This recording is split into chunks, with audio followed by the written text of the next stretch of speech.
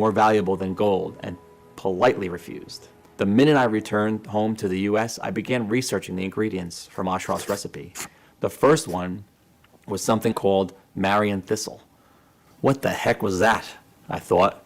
We actually know it is a milk thistle here in the US. According to research, milk thistle has an anti-aging effects and supports healthy cholesterol levels.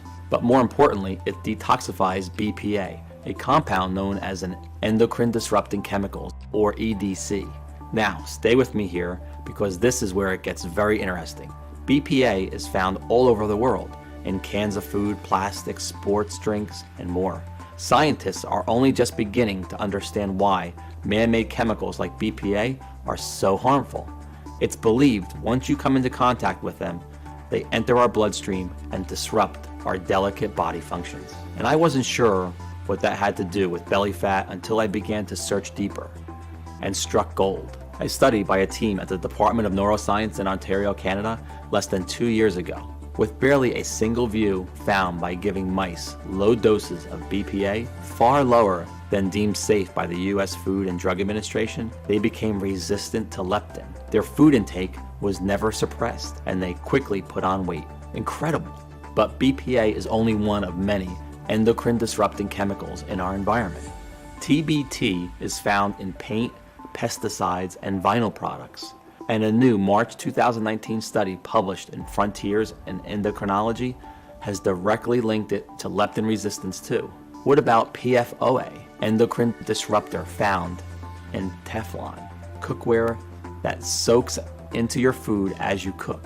Well, a study published in Molecular and Cellular Endocrinology linked PFOA to leptin resistance as well.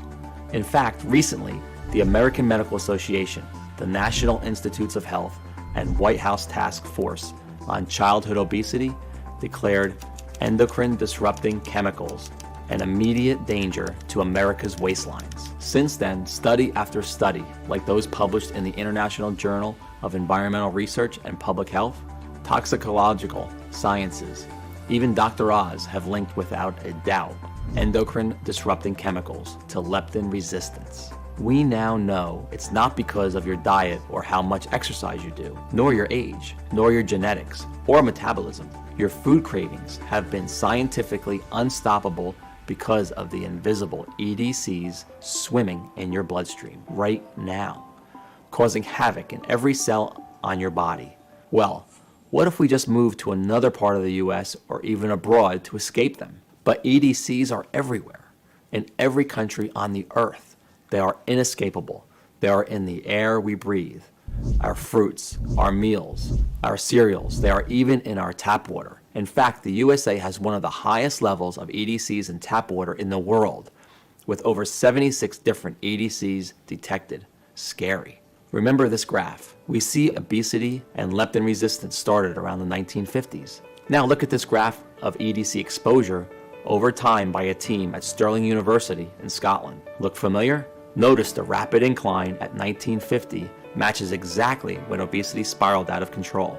The researchers at Stirling University concluded that the level of EDCs in our bodies directly correlated with how overweight we were, and that EDCs were the real reason for America's obesity epidemic. Finally, it all made sense. Simply put, these foreign chemicals are entering your bloodstream and disrupting your brain from detecting leptin, making you crave food more and more. And guess what? While the level of EDCs in Malaysia was one of the highest in the world, far higher than the US, I found out they actually had one of the lowest levels of overweight people. It must be because of these traditional plant ingredients they eat. It would explain why Ashraf